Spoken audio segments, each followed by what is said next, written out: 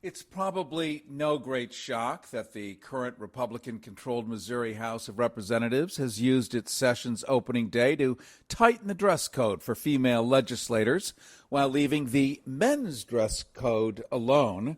The Washington Post, amongst many others, is talking about this. But what does it really mean?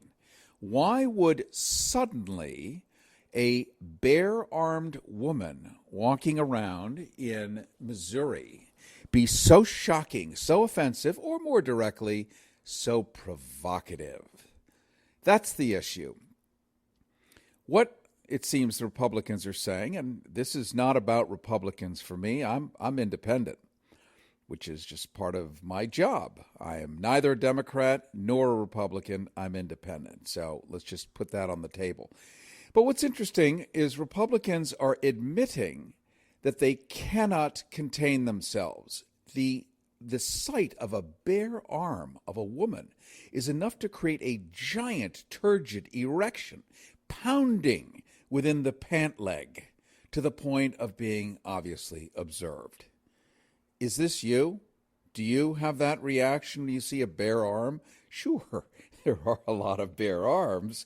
But when it's attached to a pretty face, possibly a personality, it becomes a little more inspiring. But if you have so little control over the sight of a bare arm, it's like being part of the Taliban, isn't it? Why do you throw a burqa on a woman, an entire black tarpaulin from head to toe with a slit for eyes? Why?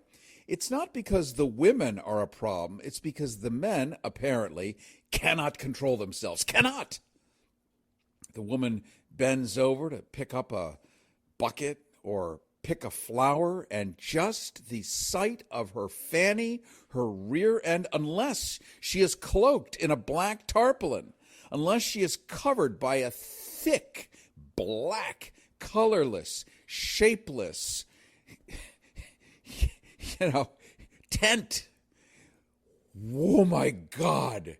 These men cannot control themselves. They would immediately plunge at her like a dog in heat, like a spaniel with a pink lipstick poking out of its undergirdings, and fly right upon her body with no second thought, no ability, no off switch, no automatic governor, no possibility or self-control whatsoever without entering that sacred spot. Do you relate to that? Is this you too? I don't think so. This is a problem.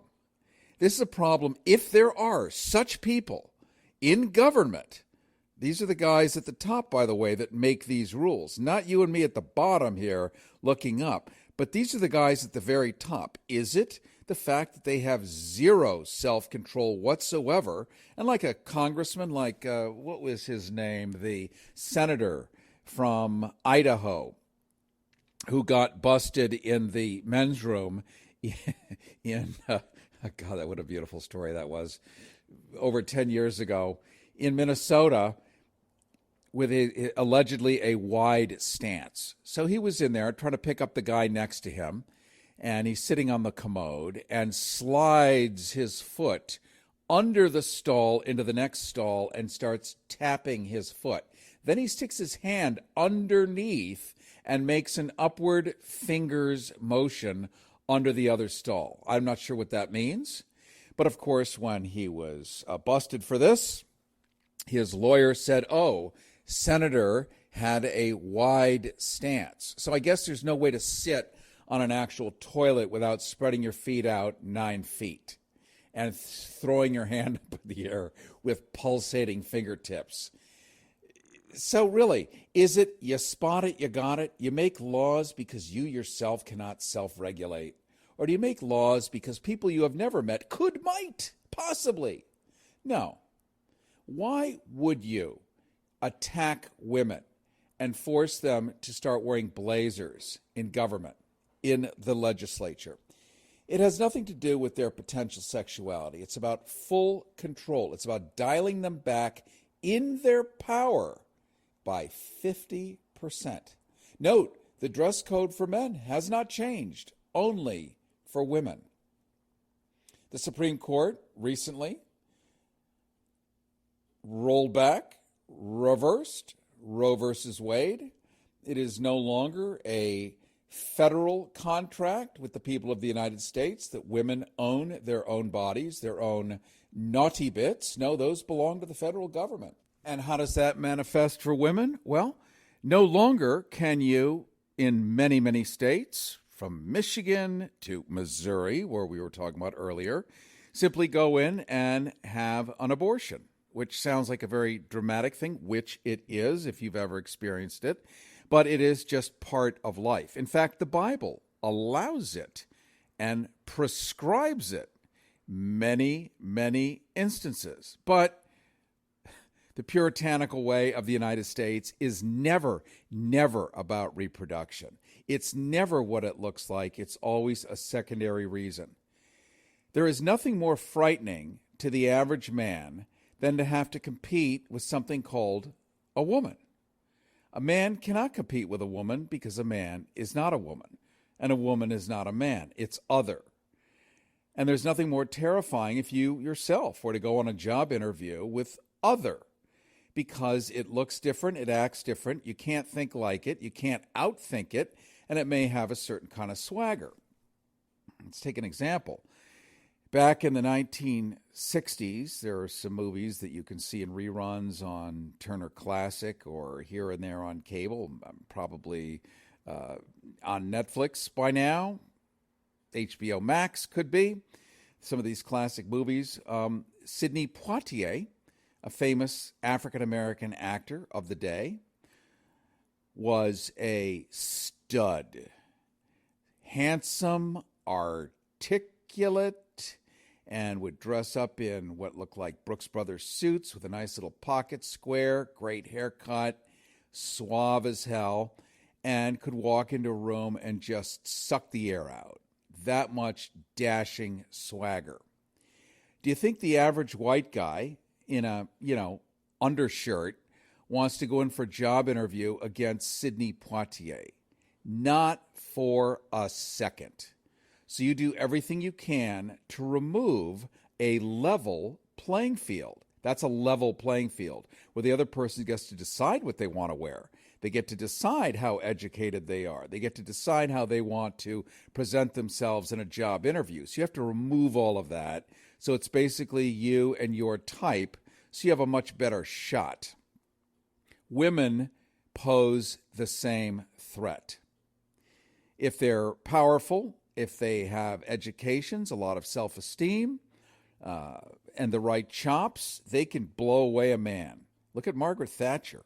Look what she did for and to Great Britain, and subsequently to the rest of the earth, while politicians started modeling their behavior after her. She was fearless and ruthless. Look at Athena, the Greek goddess Athena, after which Athens, Greece is named. She was so fierce, so powerful that she kicked Poseidon's ass. And if you'll remember reading the Iliad and the Odyssey, Homer's great poems, thousands of years old, these long, thick, incredible books of poetry, here's Odysseus coming home finally, and Poseidon is tearing up the ocean. Just Odysseus's ship is being tossed left and right, and Athena comes in and kicks Poseidon's ass. So the capital of Greece, the most important part of Greece, is Athens, named after Athena. And Europe, all of Europe, is named after who? Europa, another woman. And let's just pull the camera way back on this rotating orb upon which you and I are currently standing. Earth, Mother Earth, not Father Earth, Mother Earth. Because women have always been the most powerful, and it threatens the shit out of everything. You better believe it. So this Missouri legislature, which happens to be controlled by Republicans, they're terrified that women are going to get power. We've already seen the Supreme Court take it away. Now it's time for the states, one by one, to put women back in their place. Shut up. Put on a jacket. Do not show your bare arms. The bare arms do not empower women. The bare arms do not turn on other women. The bare arms are said to be evocative and provocative and cause tumescence. My God, a politician who should otherwise be actually thinking about making laws and doing something that benefits the public. He is, after all, paid to be there to do things for the public. Instead of that, he's fantasizing about how a woman's bare arms could cause an erection. Not his, because clearly he can't get one, or he simply wouldn't care. You don't care about things that are not on your radar. If you're able to appreciate and enjoy women sexually, you get to do that. If you can't, you're jealous. You are jealous, and not only do you have to punish the women you cannot have, including the beautiful ones, including the not beautiful ones, but you have to punish all the other men who do get a chance to have those women. So just like the level playing field with Sidney Poitier, you remove it. I don't know if you had a chance to see A Handmaid's Tale, which ought to be mandatory viewing in all schools. Mandatory, because it is simply auguring of the future. Here's what it looks like if you let it get out of control. This is that. This is exactly that. These are the sorts of moves that Margaret Atwood wrote about in her books, later turned into a terrific series on Hulu. It's probably free, I think, by now. You will see it. And once they always start with women. They do. ISIS starts with women. They all do. Iran. Women can no longer go to school publicly. You start with women. Once you get women out of the way, which is half of the human global population, then you start to go after everyone else. But women are the easy target. So keep this as a wake-up call to yourself. This is but the beginning.